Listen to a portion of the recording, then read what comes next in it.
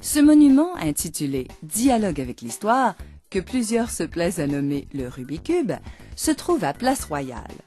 Dévoilée en 1987, cette sculpture de marbre blanc du sculpteur Jean-Pierre Reynaud est un don de Paris à la ville de Québec. Le fleur-de-lysée a été adopté comme drapeau officiel du Québec le 21 janvier 1948 en remplacement de l'Union Jack, qui jusque-là flottait sur la tour du Parlement du Québec.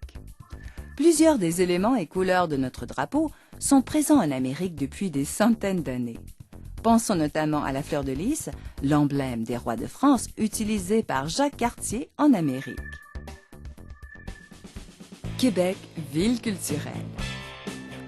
Des écrivains, des peintres, des chanteurs, des comédiens et toute une pléiade d'artistes ont imprégné la vie culturelle de Québec.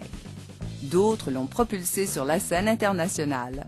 Des institutions, des scènes ont permis aux artistes de s'exprimer. À travers différentes époques, cette vitalité culturelle et ce foisonnement de talents se sont manifestés au grand jour. Entrez dans le rythme offert par ce tableau. L'Institut canadien de Québec a été fondé en 1848 par un groupe de jeunes gens soucieux de promouvoir la culture francophone, de défendre la nationalité canadienne-française et de développer sa littérature. L'Institut est vite devenu un lieu culturel incontournable de Québec. Et 150 ans plus tard, cette institution est toujours active. Le pendant anglophone de l'Institut canadien est certes la Literary and Historical Society of Quebec, fondée en 1824 et reconnue comme la première société savante au Canada. Elle existe toujours et loge dans le Moran Center qui a abrité autrefois la prison de Québec et ensuite la première institution d'enseignement supérieur de langue anglaise à Québec. À la fin de la Seconde Guerre mondiale, Gérard Thibault donne une nouvelle orientation à son restaurant de Québec en offrant des repas chantants. C'est la naissance du cabaret chez Gérard. Un jour, un jeune Français plus ou moins connu, Charles Trenet, lui propose de chanter dans sa boîte. Il y restera un mois et son succès contribuera à lancer le cabaret chez Gérard. D'autres vedettes s'y produiront. Georges Brassens, Raymond DeVos, Olivier Guimond, Gilles Vigneault. Majestueux et rempli d'histoire, le Capitole de Québec, autrefois l'Auditorium, parachevé en 1903, fut la première grande salle de spectacle à Québec. Ce somptueux théâtre, le plus beau du Canada à l'époque, a accueilli de grandes vedettes telles Sarah Bernard, Gérard Philippe, Maurice Chevalier, Yves Montand, Charles Aznavour, Fernandel et Gilbert Bécaud. En 1932, on inaugure en grande pompe le Palais Montcalm par un spectacle de la Société symphonique de Québec, l'actuel Orchestre symphonique de Québec. La ville désirait à l'époque offrir un établissement de prestige, d'où le nom de palais, à vocation culturelle et sportive. On y retrouve alors une bibliothèque, une piscine et une salle de spectacle.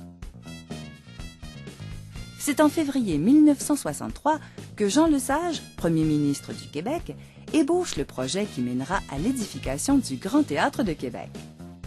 Lesage suggère à son homologue fédéral de participer à la création d'un monument qui commémorerait le centenaire de la Confédération. Dès lors, le projet du Grand Théâtre, qui abritera une salle d'opéra et de concert, une salle destinée au théâtre et le Conservatoire de musique de Québec, prend forme. L'édifice sera finalement inauguré en 1971, 4 ans après les célébrations du 100e anniversaire de la Confédération. Sport d'hiver, sport d'été. Les hivers de Québec lui ont valu le titre de capitale de la neige.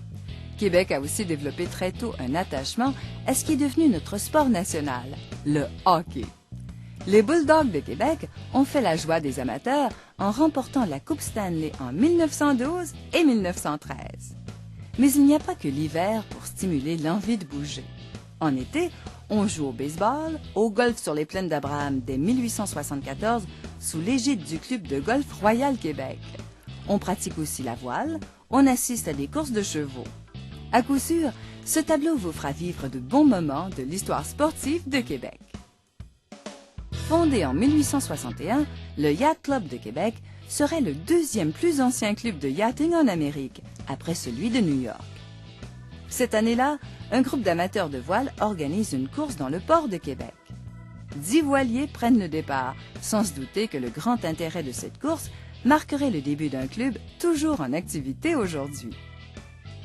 Autrefois un moyen de transport essentiel, le canot à glace est aujourd'hui un loisir et une épreuve de compétition. Les canots en bois des premiers temps ont laissé place à des embarcations de fibres de verre. La compétition majeure de canot à glace est celle du Carnaval de Québec.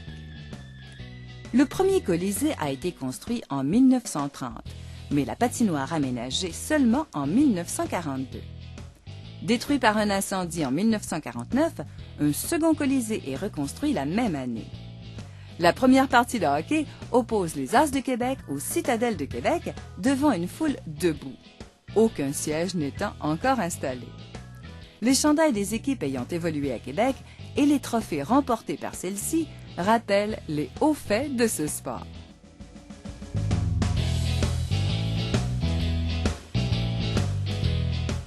Les courses de chevaux sont très populaires à Québec à la fin du 18e et au 19e siècle. En 1767, la Gazette de Québec rapporte la tenue d'une course disputée sur les plaines d'Abraham. Ce genre d'événement attire plus de 3000 personnes. En 1910, c'est la tenue d'une première course de 5000 présentée dans le cadre de l'exposition provinciale.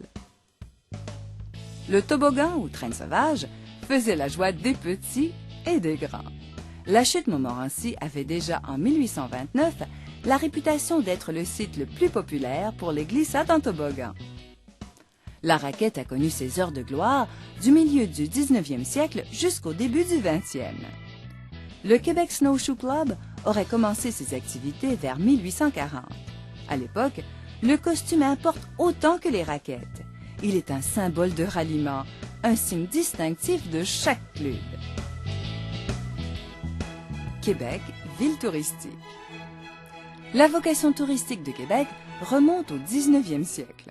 À l'époque, les touristes tombent sous le charme de la chute Montmorency, de la chute Kabirkouba et du village des Hurons, des fortifications, pour ne nommer que ses attraits. Que diriez-vous de visiter Québec à travers les monuments qui ont fait sa renommée?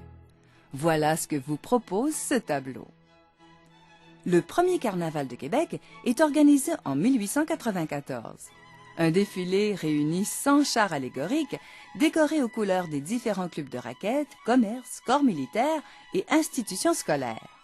Par la suite, le carnaval est présenté sporadiquement. En 1954, des gens d'affaires relancent la fête et Bonhomme en devient le célèbre ambassadeur. S'il est une icône touristique à Québec, c'est bien le Château Frontenac, l'hôtel le plus photographié au monde, dit-on. Sa construction débute en 1892, suivie d'agrandissements en 1897 et 1908 et de l'érection de la tour centrale en 1924. L'architecte new-yorkais Bruce Price est à l'origine de ce style château, un croisement entre les châteaux de la Loire et les manoirs écossais. Le roi George VI et la reine Élisabeth, la princesse Grace de Monaco, Charles de Gaulle, Charles Lindbergh et Alfred Hitchcock figurent parmi les personnalités accueillies au Château Frontenac.